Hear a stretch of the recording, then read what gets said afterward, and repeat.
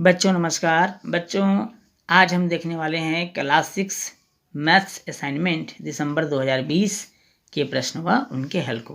तो आइए बच्चों शुरू करते हैं कक्षा 6वीं गणित असाइनमेंट दिसंबर 2020। बच्चों पहला प्रश्न है, समकोण त्रिभुज का एक कोण 45 अंश है तो दूसरे कोण का मान ज्ञात कीजिए। एक बार और सुन लेंगे प्रश्न को। समकोण त्रिभुज का एक कोण 45 अंश है तो दूसरे कोण का मान ज्ञात कीजिए। बच्चों प्रश्न में हमको दिया है समकोण त्रिभुज का एक कोण 45 अंश दिया हुआ है, दूसरा कोण हमको मालूम करना है बच्चों।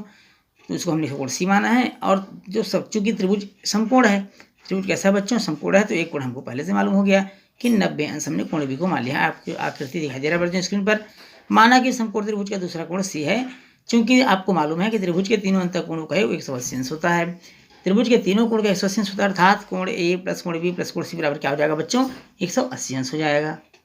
अर्थात कोण ए का मान 45 अंश, कोण बी 90 अंश, कोण सी बराबर 180 अंश हो जाएगा बच्चों। 90 और 45 को जोड़ देंगे 135 मिलेगा, 180 में उसको माइनस कर देंगे, हमको प्राप्त हो जाएगा 45 अंश।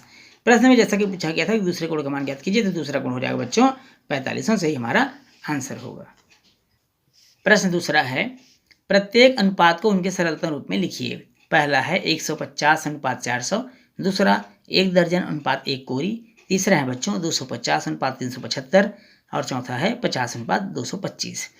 तो बच्चों सरलतम रूप में लिखने का मतलब है उसे आपको महत्तम समापवर्तक निकाल कर विभाजित कर देना है या ऐसे विभाजित कर देना है।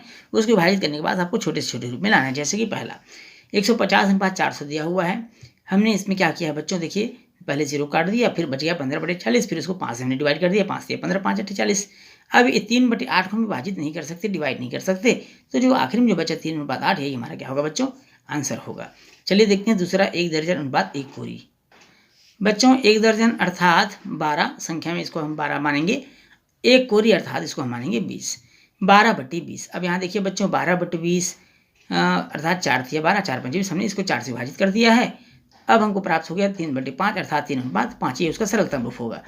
उसके बाद देखते हैं बच्चों 250 अनुपात 375, इस यहाँ भी वैसे ही किया हमने, इसको हमने 5 से विभाजित कर दिया, 5 5 25, 5 में हम शून्य, 5 7 35 और 5 5 25, 50/75 प्राप्त हो गया बच्चों। फिर 5 से हमने इसको 25 से विभाजित कर दिया, 25 दूनी 50, 25 3 75, 2/3 हमको प्राप्त हो गया। ये हमारा क्या होगा, आंसर होगा।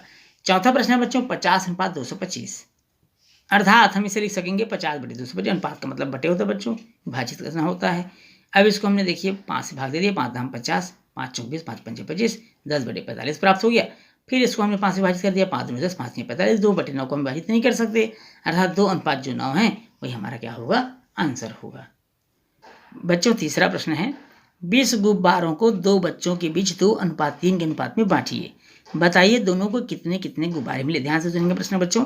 20 गुब्बारों को 2 बच्चों के बीच 2:3 के अनुपात में बांटिए। बताइए दोनों को कितने कितने गुब्बारे मिले।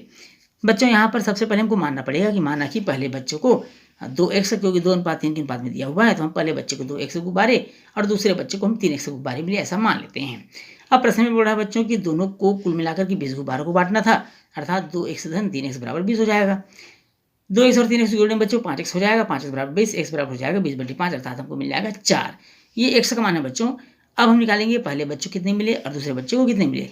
पहले बच्चे को 2x हमने माना था और दूसरे बच्चे को 3x माना था। अब देखते हैं कितने कितने उसको गुब्बारे मिलता है। चूंकि हमने पहले बच्चे को 2x माना था, अर्थात 2 × 4, क्योंकि ये 4x का मान हो गया बच्चों, कुल मिलाकर 8 गुब्बारे मिले। और दूसरे बच्चे को हमने 3x माना था और x का मान 4 है तो 4 थे 12 गुब्बारे मिले। तो इस प्रकार पहले बच्चे को 8 गुब्बारे और दूसरे बच्चे को 12 गुब्बारे मिले, जो हमारा आंसर होगा। देखते हैं बच्चों अगला प्रश्न है। अगला प्रश्न है, राम और श्याम की आय का अनुपात 3/4 है। ध्यान से सुनिए बच्चों, राम और श्याम की आय का अनुपात 3/4 है। यदि उनकी कुल आय 21,000 रुपये है तो राम और श्याम की आय बताइए। राम और श्याम की आय का अनुपात 3/4 है। यदि उनकी कुल आय 21,000 रुपये है तो राम और श्याम की आय बताइए। तो सबसे पहले बच्चों यहाँ 3/4 दिया तो हमको मानना पड़ेगा कि माना कि राम की आय 3x है जबकि श्याम की आय 4x है। अब हमको बांटना कितना है बच्चों, 21,000 को दोनों में बांटना है, क्योंकि 21,000 उनकी कुल आय है। तो 3x धन 4x अर्थात राम की आय धन श्याम की आय बराबर 21,000 रुपये हो गया। इस तरह से हमको मिलेगा 7x, x बराबर पक्षांतर कर देंगे 7 को, 21,000/7 अर्थात 3,000 रुपये। ये 3,000 रुपये x का मान है बच्चों। अब हम देखेंगे कि राम को कितना मिला और श्याम को कितना मिला, अर्थात राम की आय कितनी थी और श्याम की आय कितनी थी। चूंकि बच्चों हमने राम की आय को 3x माना था तो 3 × 3,000 कर दें, क्योंकि x का मान 3,000 हमने प्राप्त किया है तो हम राम की आय मिल गई 9,000 रुपये। उसी प्रकार श्याम की आय हमने 4x माना था, 4 × 3,000 अर्थात 4 × 3 12,000 रुपये। और ये हमारे क्या होंगे बच्चों, आंसर होंगे। देखते हैं बच्चों अगला और अंतिम प्रश्न। अगला प्रश्न बच्चों, 72 किताबों का वजन 9 किलोग्राम है। हमको ज्ञात करना है, पहला 80 किताबों का वजन ज्ञात कीजिए और दूसरा है कितनी किताबों का वजन 6 किलोग्राम होगा। प्रश्न एक बार और सुन लेंगे।